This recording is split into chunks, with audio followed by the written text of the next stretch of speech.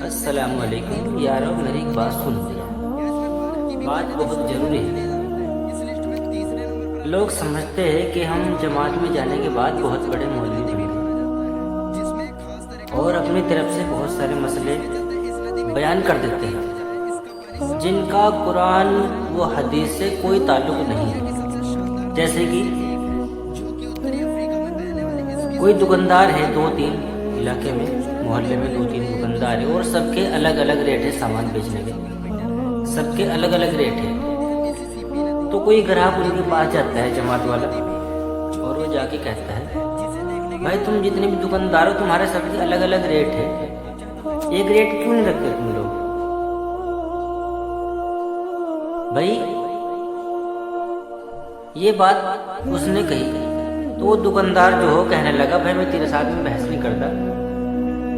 एक जमात वाला दुकानदार से बोल रहा था कि भाई तुम एक रेट रखो, अपना जायज़ नहीं है बिल्कुल भी, तुम्हारे अलग अलग रेट है। तो दुकानदार ने कहा, भाई मेरी मर्जी, मैं अपने रेट जिस हिसाब से रखूँ, मैं अपना सामान चाहे जिस रेट का बेचूँ। अगर तुम्हारी समझ में आ रहा है सामान मेरा और मेरे रेट पसंद आ रहे तो मुझसे सामान खरीद लो। अगर मेरे रेट तुम्हारी समझ में नहीं आ रहे, अगर आप कोई मुझसे अच्छा सामान दे रहा और कम सस्ता दे रहा तो आप वहाँ से खरीद लो।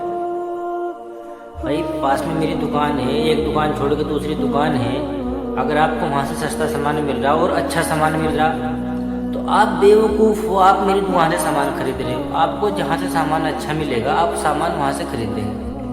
आपको सामान जहाँ से अच्छा मिलेगा, मंदा मिलेगा, आप सामान वहाँ से खरीदेंगे। अगर आपकी जो सामान सस्ता बेच रहा है, अगर आपकी उसके साथ में कोई लड़ाई है, कोई खिना है, अगर उस वजह से आप उससे सामान ना खरीद रहे हो तो वो मसला लगे, वरना आप बेवकूफ़ हो, आप महंगा सामान खरीद रहे हो सस्ते सामान के मुकाबले, और वो जो अच्छा सामान बेच रहा है।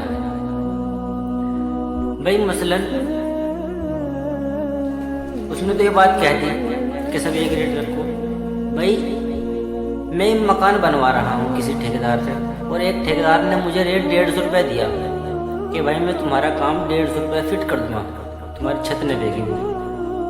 और तुम आके कहने लगो, यार मैं तुम्हारे एक काम 140 रुपये फिट कर दूंगा। भाई तुम मेरे काम में क्यों डंगी डाल रहे हो? जब मैं 150 रुपये का उसका रेट दिया तो तुम मेरे काम को क्यों छीन रहे हो 10 रुपया मंदा करने के बाद? तुम भी तो अपना एक ही रेट रखो। अगर तुम्हें काम 150 रुपये में मिल रहा है तो तुम काम कर लो, वरना ना लो। तो तुम तो रेट खराब क्यों कर रहे हो? तुम भी तो, अगर भाई तुम्हें मसलन जैसे कि मैं किसी कोई काम करता हूँ पेंट का या राजमिस्त्री का, मुझे वहाँ से 900 रुपये मिल रहे और भाई तुम आके कहने लगो जी ये काम मैं कर दूंगा और आप मुझे तो आप सिर्फ 600 रुपये दे देना, ये बात कौन सी बात है भाई? तुम भी तो रेट कम करते हो काम करने के लिए। भाई ये बिल्कुल जायज़ है, वो अपना सामान किसी भी रेट का बेच सकता है, चाहे वो अपना सामान को महंगा बेचे सस्ता बेचे, ये बिल्कुल भी इसमें कोई किसी किस्म की भी कोई दिक्कत परेशानी नहीं है, ना कोई गुनाह है, ये बिल्कुल जायज़ है।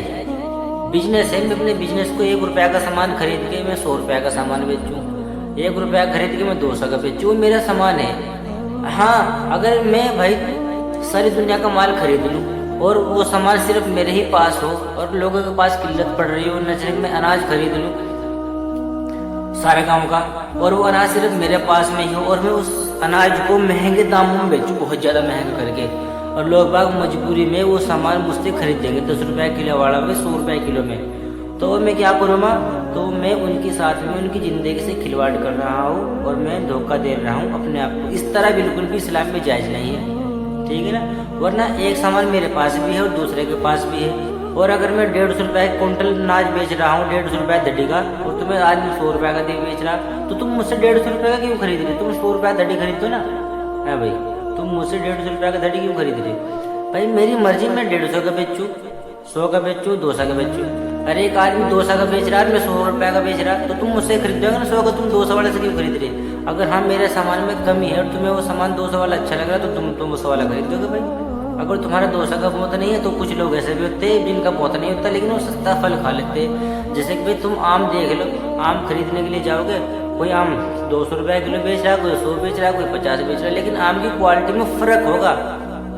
इसीलिए जो इसका जो रेट है वो बेच सकता है, समझेंगे ना? इसमें कोई दिक्कत वाली परेशानी वाली बात नहीं है भाई, ठीक है ना?